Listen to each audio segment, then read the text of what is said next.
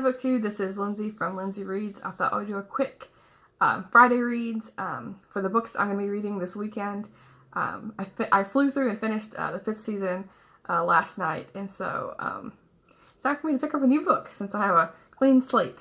So the first book, I'm hopefully going to hit 3 books this weekend, so Friday, Saturday, Sunday. We'll see how it goes. That's my hopeful, wishful thinking plan, but you never know. So the first book is Tom Barbesh's The Dakota Winters, with a cool cover. It's a historical fiction, and let's see, since I don't know, I haven't read the books, I thought I'd just read a brief description. It's the fall of 1979 in New York City, when 23-year-old Anton Winter, back from the Peace Corps and on the mend from a nasty bout of malaria, returns to his childhood home in the Dakota. Anton's father, the famous late-night host, Buddy Winter, is there to greet him, himself recovering from a breakdown. Before long, Anton is swept up in an effort to reignite Buddy's stalled career, a mission that takes him from the gritty streets of New York to the slopes of the Lake Placid Olympics, to the Hollywood Hills, to the blue waters of the Bermuda Triangle, and brings him into close quarters with the likes of Johnny Carson, Ted and Joan Kennedy, and a seagoing John Lennon. So this book, I really like historical fiction, and so this sounds good because it not only is it talking about, a different time period, but it's also talking about, different towns and different people he's interacting with. And so I thought it'd be a good read for me to get into. This next book is a science book. It's Cosmos by Carl Sagan. As you can tell from the cover, it's going to be a space book. And this one, let's see what it says.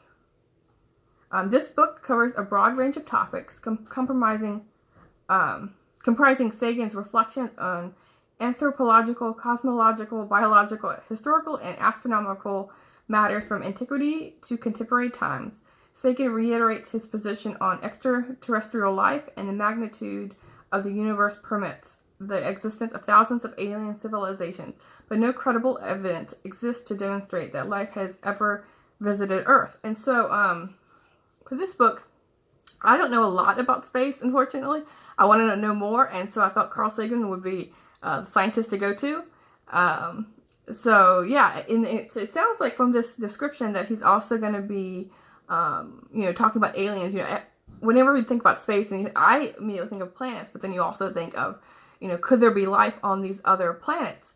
And so it sounds like he's going to, bring in that discussion on, is there life on other planets? So hopefully I can talk about more about these books once I've read them. So this next one is a YA book with a pretty cover. I like the purple and purple tones. It's Girls of Paper and Fire by Natasha Yen. And this one says, in this slush fantasy, Leia is a member of the paper caste, the lowest and most oppressed class in Ikara. She lives in a remote village with her father, where the decade-old trauma of watching her mother snatched by royal guards still haunts her. Now the guards are back, and this time it's Leia thereafter, the girl whose golden eyes have piqued the king's interest. And so I've heard a lot about this book on BookTube, and I've been meaning to pick it up, and it came through on my library hold, and I thought, okay, it'd be a good time for me to read it, because I like, as you can tell from my Friday reads, I like to mix genres, so I'm not reading one genre, back to back to back. And so I thought this would be a light mix in with the space science book and like the more heavier, maybe historical fiction. So these are the 3 books I'm reading this weekend. Let me know what you're reading, and I hope your weekend is going well. I'm so excited it's the weekend. I had a really long week, and Friday just couldn't get here soon enough. And it's supposed to rain this weekend, so it'll be a nice cozy time to curl up with a book. So yeah, thank you, BookTube.